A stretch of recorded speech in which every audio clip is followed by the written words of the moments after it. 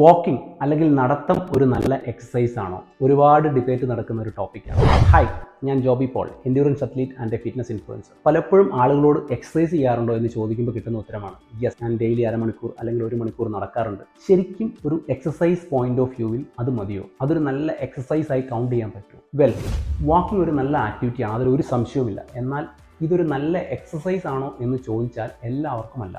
അതായത് നിങ്ങൾക്ക് നടത്തം ഒരു ഹാർഡ് ആക്ടിവിറ്റി അല്ലെങ്കിൽ അതിനെ ഒരു എക്സസൈസായി കൗണ്ട് ചെയ്യേണ്ട. അതായത് നിങ്ങൾ അനായാസം നടക്കുന്നു, നിങ്ങളുടെ കാര്യങ്ങൾ നടന്ന് ചെയ്യുന്നതിൽ ബുദ്ധിമുട്ടൊന്നുമില്ല, ബസ് സ്റ്റോപ്പിലേക്ക് നടക്കുന്നു, അല്ലെങ്കിൽ അല്പം ദൂരെ കാറ് പാർക്ക് ചെയ്തിട്ടാണെങ്കിലും നടന്ന് എന്ന് ഒരു ഷോപ്പിൽ ചെന്ന് ഷോപ്പിംഗ് നടത്താൻ പറ്റും. ഇനി അത്യാവശ്യത്തിന് അല്പം ഓടാനും, ഇപ്പോൾ ബസ് സ്റ്റോപ്പിൽ ബസ് വിടാൻ പോകുമ്പോൾ ഏതാനും മീറ്റർ ഓടിയാണെങ്കിലും നിങ്ങൾക്ക് ബസ്സിൽ കയറാൻ നിങ്ങൾ ശ്രമിക്കും. അതുപോലെ ലിഫ്റ്റ് വർക്ക് ചെയ്യുന്നില്ലെങ്കിൽ ഏതാനും നിലകൾ സ്റ്റെപ്പ് കയറാനും, ധൃതി ഉണ്ടെങ്കിൽ അല്പം സ്പീഡിൽ കയറാനും ഒക്കെ നിങ്ങൾക്ക് പറ്റും.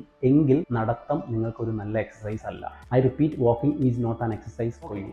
അപ്പോൾ ആർക്കാണ് വാക്കിംഗ് എക്സസൈസ് ആവുന്നത്? അതായത് ഡെയിലി ലൈഫിൽ വളരെ ലോ ആക്റ്റീവായ, വളരെ ഓവർവെയ്റ്റ് ആയ, നോർമൽ വാക്കിങ്ങിൽ തന്നെ കിതപ്പുള്ളവർക്ക്, അല്ലെങ്കിൽ ഏതെങ്കിലും സർജറിയോ പ്രൊസീജിയറോ ട്രീറ്റ്മെൻറ്റോ ഒക്കെ കഴിഞ്ഞ് റെസ്റ്റിലായിരുന്നവർ നോർമൽ ആക്ടിവിറ്റിയിലേക്ക് തിരിച്ചു വരുന്ന ആ സമയത്ത് ഇവർക്കൊക്കെ വാക്കിംഗ് ഒരു നല്ല ആക്ടിവിറ്റിയും എക്സസൈസുമാണ്. Human normally walks. It is not an exercise for them. എന്നാൽ നമ്മുടെ നോർമൽ ആക്ടിവിറ്റിയിൽ ഹാർഡ്നെസ് അല്ലെങ്കിൽ റെസിസ്റ്റൻസ് ആഡ് ചെയ്യുമ്പോഴാണ് അതൊരു എക്സസൈസ് ആയി മാറുന്നത്. ഉദാഹരണത്തിന്, ഇപ്പോൾ ഫ്ലാറ്റ് സർഫസിൽ വളരെ ഈസിയായി നടക്കാൻ പറ്റുന്ന ഒരാൾ സ്റ്റെപ്പ് കയറുന്നത് റെസിസ്റ്റൻസ് അല്ലെങ്കിൽ എക്സ്ട്രാ എഫേർട്ട് ആഡ് ചെയ്യുന്ന പോലെയാണ്. അല്ലെങ്കിൽ ഓടുന്നത് ടഫ്നെസ് കൂട്ടും. ഇപ്പോൾ ഞാൻ ലോങ് ഡിസ്റ്റൻസ് റണ്ണിങ്, മാരത്തൺ ഒക്കെ ട്രെയിൻ ചെയ്യുമ്പോൾ അതിനുള്ള ട്രെയിനിങ്ങിൽ എക്സ്ട്രാ എഫേർട്ട് അല്ലെങ്കിൽ റെസിസ്റ്റൻസ് ആഡ് ചെയ്യുന്നത് ഹൈ ഇൻറ്റൻസിറ്റി സ്പ്രിൻസ് അല്ലെങ്കിൽ ഹിൽ റിപ്പീറ്റ്സ്, ഇങ്ങനെ കയറ്റമൊക്കെ ഓടിക്കയറുക, ഇതൊക്കെ ചെയ്തിട്ടാണ്. ചിലപ്പോൾ വെയിറ്റ് വെസ്റ്റ് പോലുള്ള വെയിറ്റ് ബോഡിയിൽ ആഡ് ചെയ്തിട്ട് ഓടി ട്രെയിൻ ചെയ്യാറുണ്ട്. ഇങ്ങനെ ടഫ്നെസ് ആഡ് ചെയ്യുമ്പോൾ നമ്മുടെ കാർഡിയോവാസ്കുലർ സിസ്റ്റവും മസിൽസും കൂടുതൽ സ്ട്രോങ് ആവുകയും അങ്ങനെ നമ്മുടെ നോർമൽ ആക്ടിവിറ്റി കൂടുതൽ ഈസി ആയി മാറുകയും ചെയ്യും. എന്ന് വെച്ച് നടത്തം ഒരു നല്ല ആക്ടിവിറ്റി അല്ല എന്നല്ല പറഞ്ഞത്. മൂവിങ് യുവർ ബോഡി എന്ന് പറഞ്ഞാൽ തന്നെ അതിന് വളരെയധികം ഗുണങ്ങളുണ്ട്. ദിവസവും ഒരു